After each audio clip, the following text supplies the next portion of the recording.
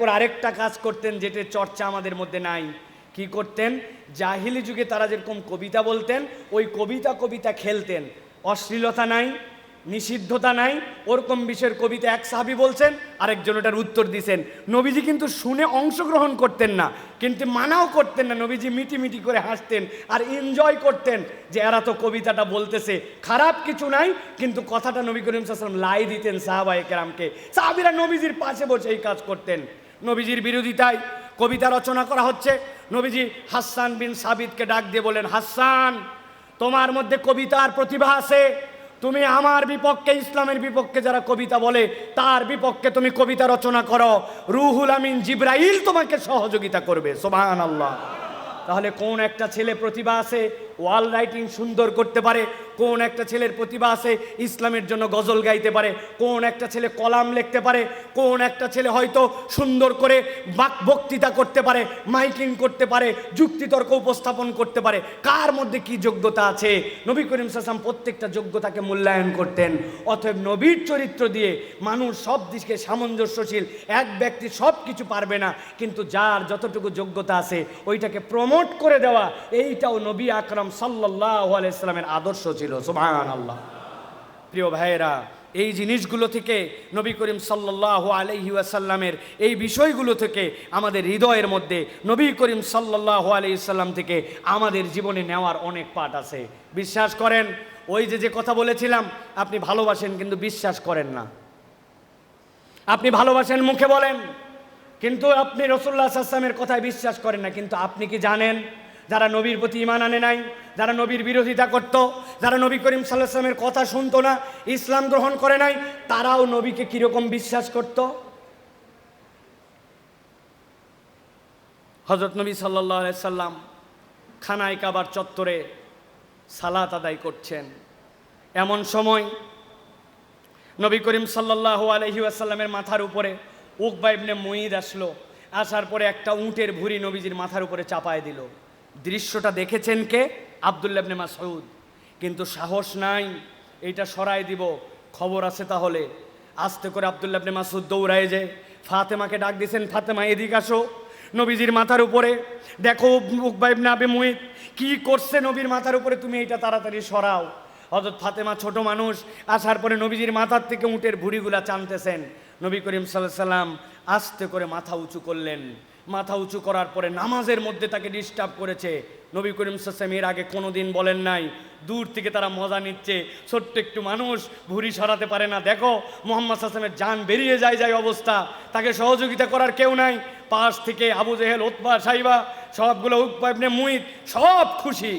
নবীজি মাথাটা পরিষ্কার করে মাথা উঁচু করে আসমানের দিকে তাকালেন, তাকায় মাথা নিচু করলেন, করে বলেন, আল্লাহুম্মা আলাইকা বি কুরাইশ, আল্লাহুম্মা আলাইকা বি আবু জহেল, আল্লাহুম্মা আলাইকা বি উকবা। এই কথাটা কেবল বলেছেন, সবগুলার মুখ কালো হয়ে গেছে, সবগুলা মনে হয় বেলুন বাস্ট হয়ে গেলে যেরকম হয় চুপসায় গেছে। আল্লাহ, নামাজের মধ্যে যারা আমার মাথার মধ্যে ভুঁড়ি চাপাইছে, আল্লাহ আমি তোমার কাছে বিচার দিলাম কুরাইশদের ব্যাপারে, আবু জেহেলের ব্যাপারে, উকবার ব্যাপারে। ওরা নিশ্চিত হয়ে গেছে যে আল্লাহর নবীকে না স্বীকার করি, কিন্তু মুহাম্মদ যেহেতু বদদুয়া করছে, এই বদদুয়া আমাদের উপর কার্যকর হবে। তারা বিশ্বাস করত নবীকে। সাহাবাই কেরাম বলছেন, নবী যাদের নাম ধরে ওই দিন বলছিলেন, আমি একটা একটা করে দেখেছি বদরের প্রান্তরে প্রত্যেকটা মরে পড়েছিল। তারা বিশ্বাস করেছে। কিন্তু আমার নবীর এরকম অনুপম আদর্শ, যার উপর কোনো আদর্শ নাই, যিনি সবচেয়ে বেশি সেরা মানুষ, এই বিশ্বাস আমরা মুখে বলি কিন্তু আমাদের নিজেদের বিশ্বাসের মধ্যে নাই। অথচ তারা বিশ্বাস করেছিল যে নবী করিম সাল্লাল্লাহু আলাইহি ওয়াসাল্লাম যদি এই কথা বলেন তাহলে এটা কার্যকর হয়ে যায়। আবু লাহাব একমাত্র ফ্যামিলিগতভাবে নবীর বিরোধিতা করত, নবীজি যেখানে যেতেন সেখানে বিরোধিতা করত। আবু লাহাবের পুত্র অনেক উল্টাপাল্টা কথা বলেছে। আল্লাহ নবী একদিন রাগ করে বললেন, আল্লাহ তোমার পিছনে একটা হিংস্র পশু লেলায় দিয়া তোমাকে শেষ করে দিবেন। যেই এসে বলছে, আব্বা মুহাম্মদ এই কথা বলেছে, সাথে সাথে আবু লাহাব বুঝেছে আল্লাহ নবীর এই কথা মিথ্যা না। সে জানতো, সে বিরোধিতা করত, কিন্তু জানতো মুহাম্মদ সাল্লাল্লাহু আলাইহি ওয়াসাল্লাম মিথ্যুক নন, মুহাম্মদ সাল্লাল্লাহু আলাইহি ওয়াসাল্লামের দ্বীন ভুল নয়। তারা পর্যন্ত বিশ্বাস করতো। ইতিহাস সাক্ষ্য দিচ্ছে, সিরিয়ার সফরে নিয়ে গেছে, সব সময় মধ্যে রাখতো, সাইডে দিত না, যেন কোনোভাবে তার ক্ষতি না হয়। কিন্তু ওই রকম সিকিউরিটির মধ্যেও এক রাত্রে একটা নেকড়ে বাঘ এসে আবুল আহাবের পুত্রের কাল্লা মটকায়া মেরে ফেলে দিয়ে গেছে। আবুল আহাব বলছে, দুঃখ পাইছি, দিলে ব্যথা, কিন্তু মুহাম্মদের মুখ দিয়ে যদি বের হয়েছিল এই কথা, আমি জানতাম এটা হবে। আবুল আহাব বিশ্বাস করেছে, আবু জেহেল বিশ্বাস করেছে, কিন্তু আমরা যারা মুসলমান, আমরা স্বীকার করি আমাদের নবী মুহাম্মদ সাল্লাল্লাহু আলাইহি সাল্লাম তিনিই আমাদের একমাত্র আদর্শ, একমাত্র মানতে হলে তাকেই মানতে হবে। কিন্তু বিশ্বাস করেন, এইগুলো একটা বিশ্বাস আমাদের গলা পার করে হলকুম দিয়ে ভিতরে নামে না, এটা আমাদের ঠোঁটের বিশ্বাস হয়ে গেছে, কেননা আদর্শ দিয়ে আমরা প্রমাণ করে দিতে পারি নাই। মুসলমানের সন্তানই তো মুসলমানের সন্তানদেরকে নিয়ে টিটকারি করে, কি ছাগলের মতো দাঁড়িয়ে রাখছিস, মহিলাদের মতো এত আলখোল্লা জামা পরিস, এটা কে বলে? কোনো ইহুদি নাসারা বলে না, অমুসলিম বলে না। আমরা নবীর আদর্শ নিয়ে মক করি, আমরা নবীর আদর্শ নিয়ে টিটকারি করি, আর আমরা মনে করছি আমরা আমাদের নিজেদের পরিচয়ের মধ্যে আমাদের নাম লিখে ফেলেছি। কবরে যাব, আর যাওয়ার পরে জিজ্ঞাসা করা হবে, ওমান নাবিয়ুকা, ওরে মুখস্থ করা করছে নবী মুহাম্মদ সাল্লাল্লাহু আলাইহি ওয়াসাল্লাম, নবী মুহাম্মদ সাল্লাল্লাহু। এত সহজ নয়। ওইখানে আপনাকে মুখ দিয়ে উচ্চারণও করতে হবে না। আপনার বিশ্বাসের সাথে যদি আপনি নবী করিম সাল্লাল্লাহু আলাইহি ওয়াসাল্লামকে হৃদয়ে ধারণ করে নেন, তাহলে আল্লাহ রাব্বুল আমিন অটোমেটিক আপনার জন্য ওই দিবসে, আপনার ওই বিপদের সময় আপনার নামটা, মুহাম্মদ সাল্লাল্লাহু আলাইহি ওয়াসাল্লামের নামটা আপনার মুখ দিয়ে বের করে নিয়ে আসবেন। আমি যারা তরুণ আছেন, যারা ইয়াং আছেন, তাদের জন্য বলবো, আমাদের মা বোন যারা আছেন, একটা আয়াতে কারিমা নোট করেন। 64 নম্বর সূরা তাগাবুন, সূরা তাগাবুনের 12-13 নম্বর আয়াতটা পড়বেন। আল্লাহ রাব্বুল আমিন চমৎকার করে বলেছেন, মা আসাবা মিন মুসিবাতিন ইল্লা বিইজনিল্লাহ ওয়া মান ইউমিন বিল্লাহি ইয়াহদি কলবা। দুনিয়াতে যত বিপদ আপদ হয়, তোমাদের যত সমস্যা হয়, আল্লাহ রাব্বুল আমিন নলেজের বাইরে কিছুই নয়, আল্লাহর হুকুমের সাথে আছে। তবে জেনে রাখো, ওয়া মান ইউমিন বিল্লাহ ইয়াহদি বিহি কলবা, কেউ যদি আল্লাহর প্রতি ঈমান আনে, আল্লাহ রাব্বুল আমিন তার হৃদয়কে হেদায়েতের আলোয় উদ্ভাসিত করে দিবেন। তথা যত বড় বিপদই হোক, আপনার ঈমান যদি মজবুত হয়, তাহলে আল্লাহ রাব্বুল আলামিনের তাকদীরের প্রতি বিশ্বাস হয়, তাহলে রব্বুল আলামিন আপনাকে মুক্তির রাস্তা বের করে দিবেন। সুবহানাল্লাহ। কিন্তু আল্লাহ রাব্বুল আলামিন বলছেন, এর সাথে সাথে আল্লাহু বিকুল্লি শাইইন আলিম, আল্লাহ সব বিষয়ে জানেন। তবে তুমি যে মুক্তি চাও, তুমি তোমার বিপদের উদ্ধার চাও, তুমি তোমার দুনিয়া পরিবর্তন করতে চাও, নতুন বাংলাদেশ চাও, এটা মুখের কথাই হবে না। ওয়াতিউল্লাহ ওয়াতিউর রাসূল, আল্লাহ এবং তার রাসূলের ইতাআতের মাধ্যমেই কেবল এই মুক্তি সম্ভব। আল্লাহ রাব্বুল আমিন বলছেন, ফাইন তাওয়াল্লাইতুম ফাইন্নামা আনা রাসূল আলা রাসূলিনাল বালাগুল মুবিন। আর তোমরা মনে করো না মুহাম্মদ সাল্লাল্লাহু আলাইহি ওয়াসাল্লামের অনুসরণ করে তার বিরাট উপকার করে ফেলতেছো, বাপ রে বাপ, নবীর দলে লোক বাড়াচ্ছ, আল্লাহর দলে লোক বাড়াচ্ছ। না, আল্লাহর দল ভারী করার কোনো প্রয়োজন নাই। পুরা পৃথিবীর মানুষ আল্লাহকে না ডাকলেও আল্লাহর কিছু যায় আসে না। একজন লোক মুহাম্মদ সাল্লাল্লাহু আলাইহি ওয়াসাল্লামকে নবী বলে স্বীকার না করলে মুহাম্মদ সাল্লাল্লাহু আলাইহি ওয়াসাল্লামের ইজ্জতের এক চুলও কমবে না, বরং আল্লাহ বলছেন, নবী তোমাদের থেকে অমুকাপেক্ষী, আল্লাহ অমুকাপেক্ষী। তুমি তোমার কল্যাণ করতে চাইলে নবী করিম সাল্লাল্লাহু আলাইহি ওয়াসাল্লামের সাথে তোমার সম্পর্ক বাড়াতে হবে। এটা আমার কল্যাণে দরকার, অন্য কারো কল্যাণে নয়। ছোট বাচ্চা অনেকে এসেছেন এখানে, আমরা ছোট বাচ্চাদের ব্যাপারে নবী করিম সাল্লাল্লাহু আলাইহি ওয়াসাল্লামের কোন আদর্শগুলি আমরা লালন করি? আমরা ছোট বাচ্চাদের ব্যাপারে নবী করিম সাল্লাল্লাহু আলাইহি ওয়াসাল্লামের আদরগুলি যদি দেখি, তাহলে দেখব সেই জায়গাতেও আমাদের অনেক ল্যাকিংস, অনেক ধরনের আমাদের দুর্বলতা আমরা তৈরি করে ফেলেছি। আমি আমার বাচ্চাকে আদব আখলাকের ক্ষেত্রে প্রায়োরিটি দেই না। বাচ্চা চিপস চাইছে, এটাই কিনে দিতে হবে। বাচ্চা গেমসের উমুক চাইছে, ওটাই কিনে দিতে হবে। ওই জায়গায় মায়া দেখায়, দয়া দেখায়, কিন্তু তাকে আদর্শ শিশু হিসাবে কেমন করে গঠন করে তুলব, এর জন্য আমাকে যে একজন আদর্শ পিতা হতে হবে, আদর্শ অভিভাবক হতে হবে, এটাতে আমার ফোকাস নাই। আমাদের কাছে এসে বলতেছে, হুজুর বাচ্চাটা মাদ্রাসায় পড়ে, কিন্তু কেন জানি নামাজে মনোযোগী না, নামাজ পড়তে চায় না। আমি বললাম, ভাই ফজরের নামাজ কি আপনি জামাতে গেছেন? হুজুর আসলে পারে উঠি না, পেরে ওঠে না। আমার বাচ্চাটা খালি মোবাইল দেখে, উনি বাড়িতে আসার পর থেকে মোবাইল ছাড়া ওনার চলে না। আমার বাচ্চাটা কথা শোনে না, কিন্তু উনি আসার পর থেকে বাচ্চাকে কোনো বন্ধুত্বপূর্ণ সময় দেয় না, কোয়ালিটি টাইম দেয় না। নবী করিম সাল্লাল্লাহু আলাইহি সাল্লাম নিজের সন্তান নয়, অল ওভার কমিউনিটির মধ্যে বাচ্চাদের জন্য কোয়ালিটি সময় দিতেন। নবী করিম সাল্লাল্লাহু আলাইহি সাল্লাম হযরত আসমা রাদিয়াল্লাহু তাআলার সন্তান, মক্কা থেকে মদিনায় আসার পরে প্রথম সন্তান মক্কার মদিনায় আব্দুল্লাহ রাদিয়াল্লাহু তাআলা আনহু, প্রথম সন্তান নবীজির কোলের মধ্যে নিয়ে এসে রেখে দিছে। নবী করিম সাল্লাল্লাহু আলাইহি সাল্লাম মুখ থেকে খেজুর চিবালেন, চিবানোর পরে তার মুখের মধ্যে দিয়ে দিলেন, প্রথম লালাটা গেল। এটা যে একটা তাহনিক করতে হয়, আপনি দুনিয়াবাসীকে মিষ্টি খাওয়ান, মিষ্টি দুনিয়াবাসীকে খাওয়ান অপরাধ নয়, কিন্তু প্রথম যে একটা জিনিস তার মুখের মধ্যে কোনো ওলামায়ে কেরাম, বুজুর্গ, ভালো মানুষ, দাদা অথবা পিতা, তার মুখ থেকে একটা লালা তার সাথে যেতে হবে, এই তাহনিকটা আমাদের ফ্যামিলির মধ্যে নাই। ওই বাচ্চার জন্য আমি মুখে ভাত দেওয়ার অনুষ্ঠান করছি, হাতে খড়ি দেওয়ার অনুষ্ঠান করছি, আকিকার অনুষ্ঠান করছি, যেগুলোর একটার অস্তিত্ব ইসলামে নাই, কিন্তু তাহনিক ইসলামে আছে। এইটা আমাদের বাচ্চাকে করাই হয় নাই।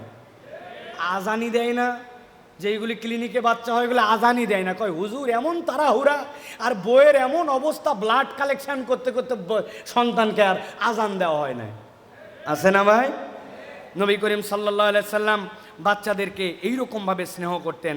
আবু তালহা আনসারী রাদিয়াল্লাহু তাআলা আনহুর ছেলে নবী করিম সাল্লাল্লাহু আলাইহি সাল্লাম উটের পিঠে এরকম করে তেল লাগাচ্ছেন সুন্দর করে, রাসূলুল্লাহ সাল্লাল্লাহু আলাইহি ওয়াসাল্লামের কাছে নিয়ে আসলো। নিয়ে আসার পরে বলল, ইয়া রাসূলুল্লাহ আমার সন্তান হয়েছে। নবীজি বললেন, মাশাআল্লাহ, খেজুর এনেছো?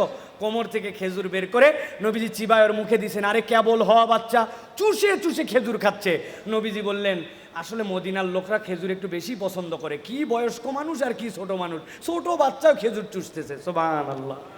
নবীজি সাল্লাল্লাহু আলাইহি সাল্লাম এইভাবে বাচ্চাদের জন্য, নবী করিম সাল্লাল্লাহু আলাইহি সাল্লাম সব সময় দিল দরিয়া ছিলেন। দুইটা বাচ্চা নবীজির কোলের মধ্যে প্রস্রাব করে দিয়েছিল, হাদিসের মধ্যে এসেছে। উম্মে কায়েস বিনতে মিহসান নবীজির কাছে নিয়ে আসছে, ইয়া রাসূলুল্লাহ আমার বাচ্চা খায় না, কি করব? এই কথা বলাও শেষ, নবীজির কোলে প্রস্রাব করে দিছে। অথচ নবীজি তখন নামাজে যাবেন, কিচ্ছু বলেন নাই। নবী করিম সাল্লাল্লাহু আলাইহি সাল্লাম একটুকু রাগ করেন নাই।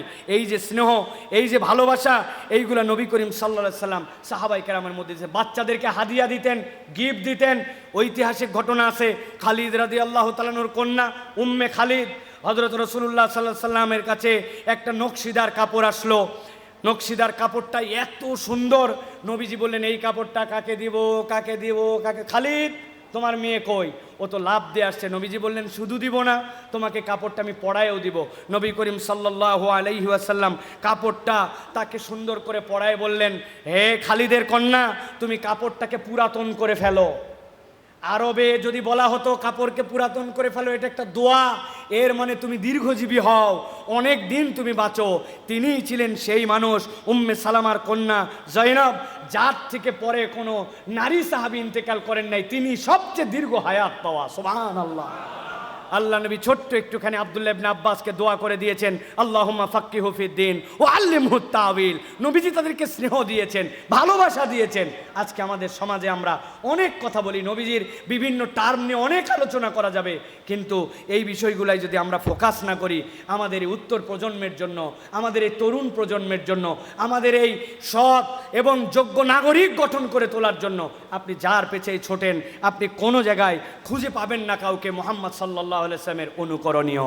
যেই কথা বলে শুরু করেছিলাম, আজকে আবার সেই কথা বলে শেষ করব। প্রিয় ভাইয়েরা, আপনার আমার সবচেয়ে আপন যিনি, তিনি আপনার আমার বন্ধু মুহাম্মদ রাসূলুল্লাহ সাল্লাল্লাহু আলাইহি ওয়াসাল্লাম। এই কারণেই আপন, তিনি আপনাকে আমাকে শত্রু চিনিয়ে দিয়ে গেছেন। আমাদের সবচেয়ে বড় শত্রুর নাম কি বলেন? সবচেয়ে বড় শত্রু কে? শয়তান। সবাই বলেন কে? এই শয়তান আপনাকে কেউ চিনায় নাই, দুনিয়ার কোনো ফিলোসোফার আপনাকে শয়তান চিনায় না, ডাক্তারি বিদ্যা আপনাকে শয়তান চিনায় না। ইন্না শাইতানা লাকুম আদুউম মুবিন। নবী বলছেন, বাসায় ঢুকবে আউযুবিল্লাহ পড়ো, বাসার থেকে বের হবে বিসমিল্লাহি তাওয়াক্কালতু আলাল্লাহ পড়ো, বাথরুমে ঢুকবে, বাথরুমে শয়তানের কাছে আশ্রয় প্রার্থনা করো, তুমি কোরআন খুলবে আউযুবিল্লাহি মিনাশ শাইতানির রাজিম মিন হামজিহি ওয়া নাফখিহি ওয়া নাফসিহি, এইটা পড়ার চেষ্টা করো। নবী করিম সাল্লাল্লাহু আলাইহি সাল্লাম পদে পদে শয়তান থেকে আপনাকে বাঁচানোর জন্য বলে গেছেন। সুতরাং দুনিয়ার কেউ তো আপনাকে শয়তান চেনায় না। এখন আপনি মুহাম্মদ সাল্লাল্লাহু আলাইহি ওয়াসাল্লামকে বন্ধু বানান নাই, আবার আপনার শত্রু শয়তানকেও চেনেন নাই। দুনিয়ার মধ্যে ফাসাদ, বদমাইশি, রাহাজানি, বদমাইশি, দুশ্চরিত্রতা, এগুলো কোত্থেকে আসে? এগুলো শয়তান থেকে আসে। তাহলে আপনার বন্ধুর প্রেসক্রিপশনে যদি আপনি না চলেন, বলেন তো শয়তানি বাড়বে না কমবে? মুহাম্মদ সাল্লাল্লাহু আলাইহি ওয়াসাল্লামের প্রেসক্রিপশনে না চললে শয়তানি কমবে না বাড়বে? ভাই, আপনাদের কি কোনো ডাউট আছে, সন্দেহ আছে? এই জন্য বলতেছি, প্লিজ আপনাদের সকলের কাছে বললাম, নবীকে চিনেন, নবীকে ভালোবাসেন, রাসূলুল্লাহ সাল্লাল্লাহু আলাইহি ওয়াসাল্লামকে নিজের কলিজার থেকে বেশি আপন করে নেন। কেননা মুহাম্মাদুর রাসূলুল্লাহ সাল্লাল্লাহু আলাইহি ওয়াসাল্লাম আপনাকে ভালোবেসে শয়তানকে চিনিয়ে দিয়ে গেছেন। অতএব শয়তানের ফাঁদ থেকে যদি আমরা মুক্ত না হতে পারি, তাহলে দুনিয়া আখিরাত আমাদের জন্য উভয় জাহান কিন্তু বরবাদ হয়ে যাবে। এই জন্য আমরা যদি রাসূলুল্লাহ সাল্লাল্লাহু আলাইহি ওয়াসাল্লামের এই আদর্শ নীতি এবং আমাদের জীবনে যদি তাকে সবচেয়ে বেশি মনে করি, তিনিই আমাদের জন্য আপন, তাহলে আমাদের পরিবর্তন সমাজে সম্ভব। আজকের এই মহান আয়োজনে আমি সর্বশেষ একটা আয়াতে কারিমা বলবো।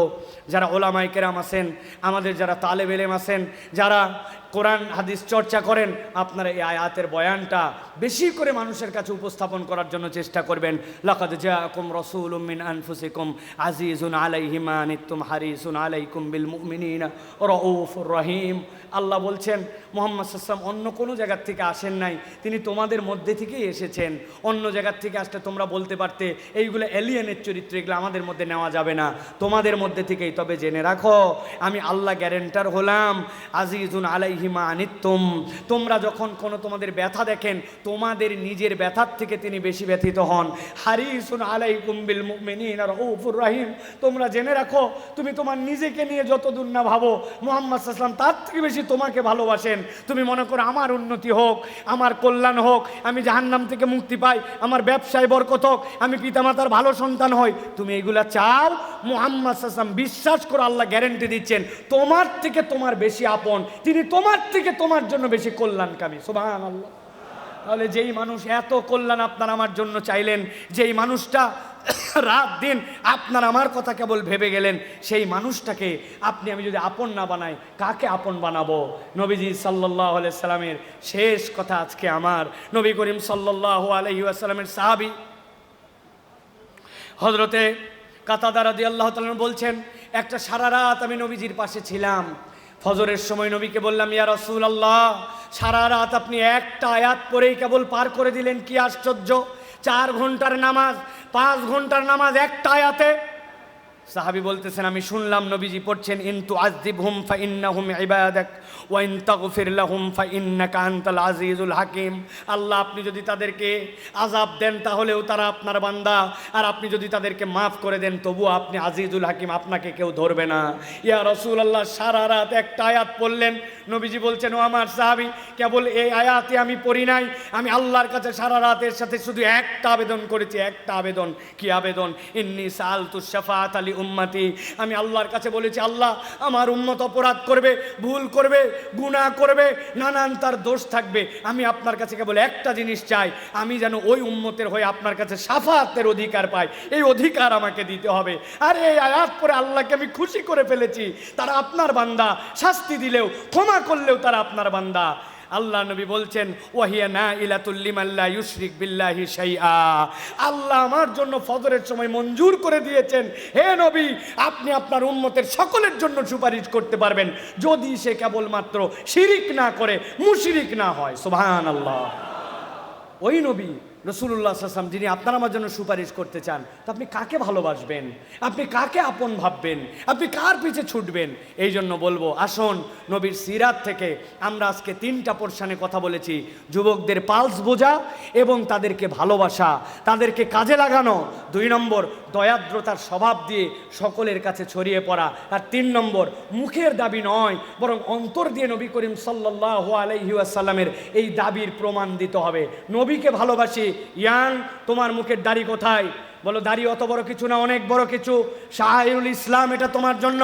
তোমার প্যান্ট টাকনুর নিচে তুমি নবীকে মহব্বত করো, হতে পারে না। তুমি 5 ওয়াক্ত নামাজ পড়ো, তুমি নবীকে পড়ো না, আবার নবীকে মহব্বত করো, হতে পারো না। তুমি পিতামাতার সাথে বেয়াদবি করো, আবার বলো তুমি নবীকে মহব্বত করো, এটা তোমার ফেক দাবি। পিতামাতার সাথে আদব বলা হতে হবে। তুমি মুরব্বীদের সম্মান দাও না, আবার বলো আমি নবীকে মহব্বত করি, হয় নাই। ছোটদেরকে স্নেহ করো না, আবার বলে আমি নবীকে মহব্বত করি, তোমার হয় নাই। অতএব আমার বিশ্বাসটা আমার অন্তরে ঢুকাতে হবে। এবং আপনাকে এটা স্বীকার করতে হবে ওয়া ইন্নাকা লা আলা খুলুকিন আযীম, তার চরিত্র মাপার মতো কেউ নাই। সুতরাং পথ ও পাথেও ওখানে যে আমার জন্য শেষ। আল্লাহ আমাদেরকে আমাদের নবীদের মহাব্বত হৃদয়ে ধারণ করার মতো তৌফিক দান করেন। আল্লাহ রাব্বুল আমিন আমাদের জন্য দুনিয়া আখিরাতে আমার নবীদেরকে আমাদের হৃদয়ের মধ্যে ধারণ করে আমাদেরকে আদর্শ তরুণ যুবক হওয়ার তৌফিক দান করেন। হাযা মা ইনদি ওয়াল ইলমু ইনদাল্লাহ। আজকের এই চমৎকার আয়োজনে যারা আপনারা এসেছেন সকলকে